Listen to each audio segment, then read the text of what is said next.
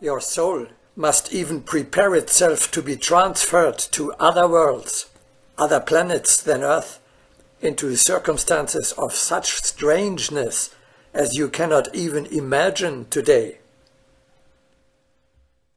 If you really take immortality and eternal life seriously, you will realize that you will not be bound for all times to the Earth alone.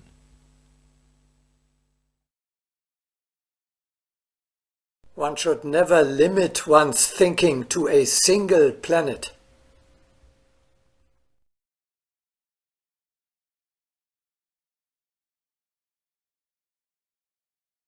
At each juncture of a lifeline and wave, man will find new worlds, new beings, new forms of life confronting him, forms both like and unlike his own, replicas of his own form, and forms of others far beyond his present power of visioning.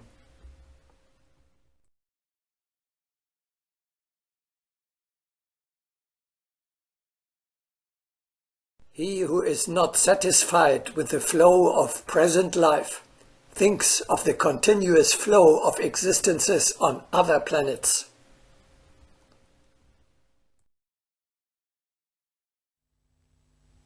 The immortal needs an order, a framework of life which he does not have to change constantly, which is applicable for all worlds and all times he will enter on his infinite path in countless earthly and supermundane existences.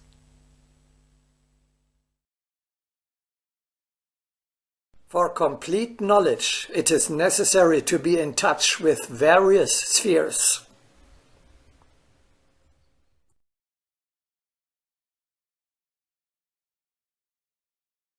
The interior monastery is a concept of life for all planes of existence.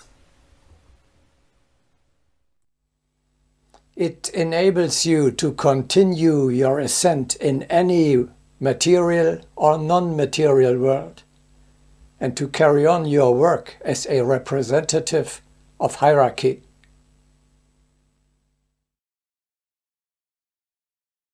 Amidst earthly conditions, one must learn to find that which is applicable to all worlds.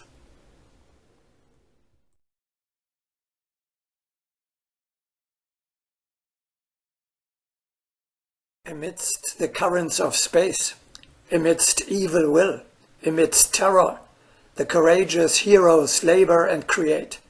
The heroes know that their earthly life can end at any moment. But this knowledge does not reduce their efforts. They realize that they will continue their heroic deeds, even under the harshest circumstances. Nothing can stop their will from manifesting itself in any sphere.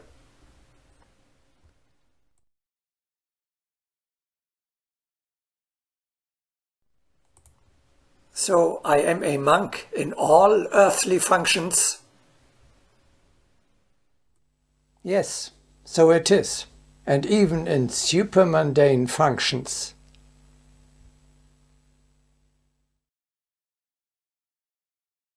In this state of consciousness, the heart receives a durable armor that will even prove useful for the fiery world.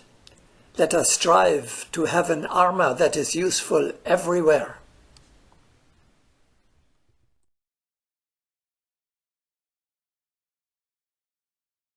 Are there historical examples of such spiritual warriors? Yes, countless. The orders of the Knights, Templars and Hospitallers combined a monastic way of life with sword fighting to protect the Holy Land. Also think of Saint Gregory the Great, who as Pope and statesman lived like a monk in the most challenging times. Remember Saint John of Capistrano, who, as we have already related, succeeded in transforming the army camp before Belgrade into a monastery. Or think of Saint Francis of Rome, who, as a wife with 6 children and social obligations, set up a cell in the attic of her stately home in order to receive her famous visions there. Imitating these high examples, you too can learn to wear an invisible philosopher's cloak and lead a spiritual life in the midst of your worldly tasks. All saints and heroes of faith had to carry a far heavier earthly burden than you or me.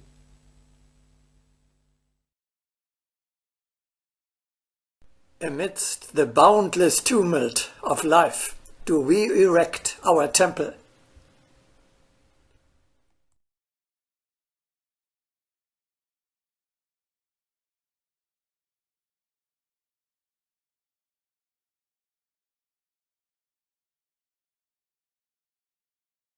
So I will be moving into a monastery with dozens or even hundreds of spiritual disciples.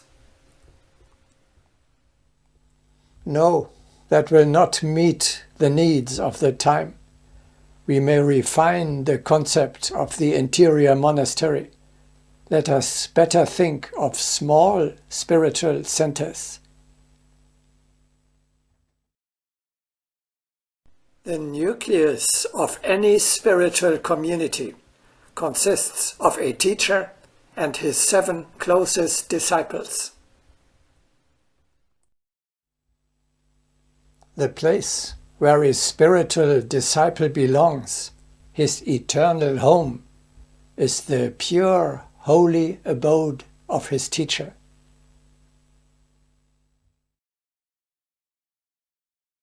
My house is your refuge.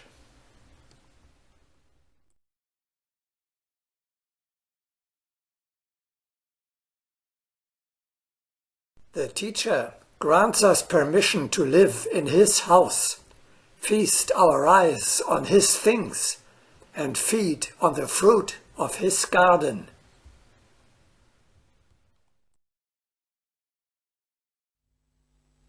In contemporary terms, Agni Yoga calls this house ashram.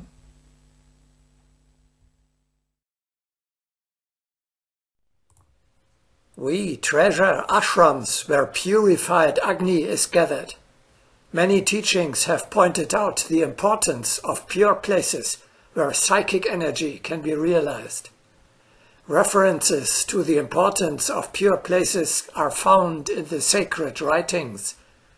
We rejoice when we notice the rise of new ashrams, for people so seldom think of the power of their spirits.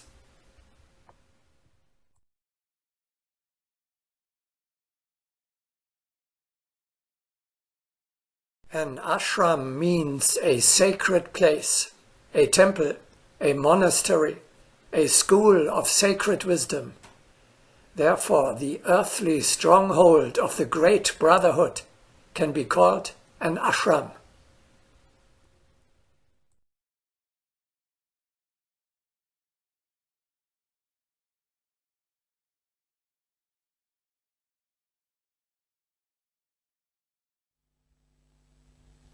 Let us extend our dream by one more step.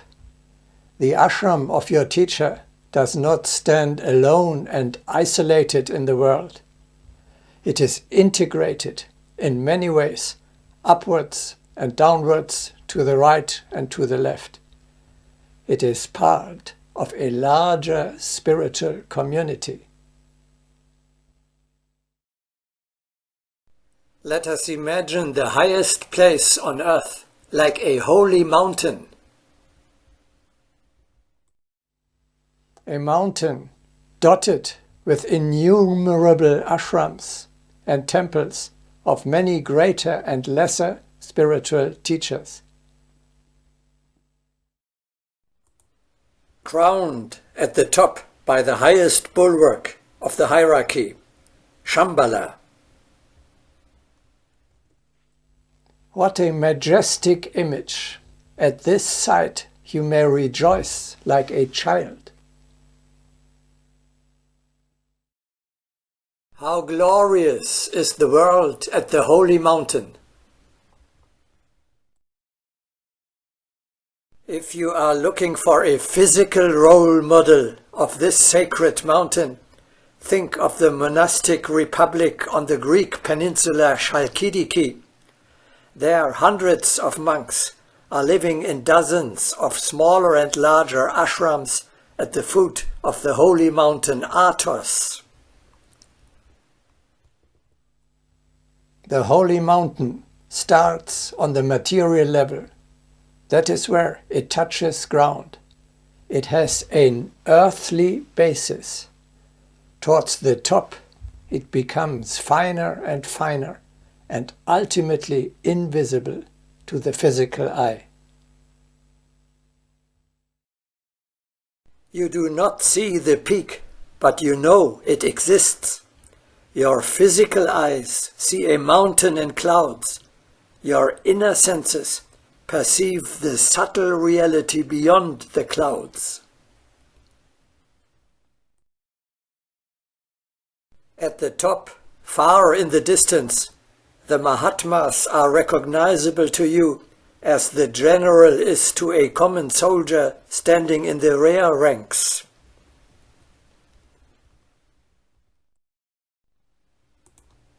Being a disciple in the ashram of your teacher, your earthly life takes place at the foot of the holy mountain.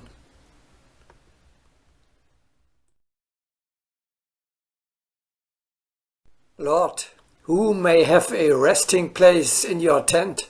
Who shall dwell on your holy hill? He who walks his way uprightly, doing righteousness, and saying what is true in his heart.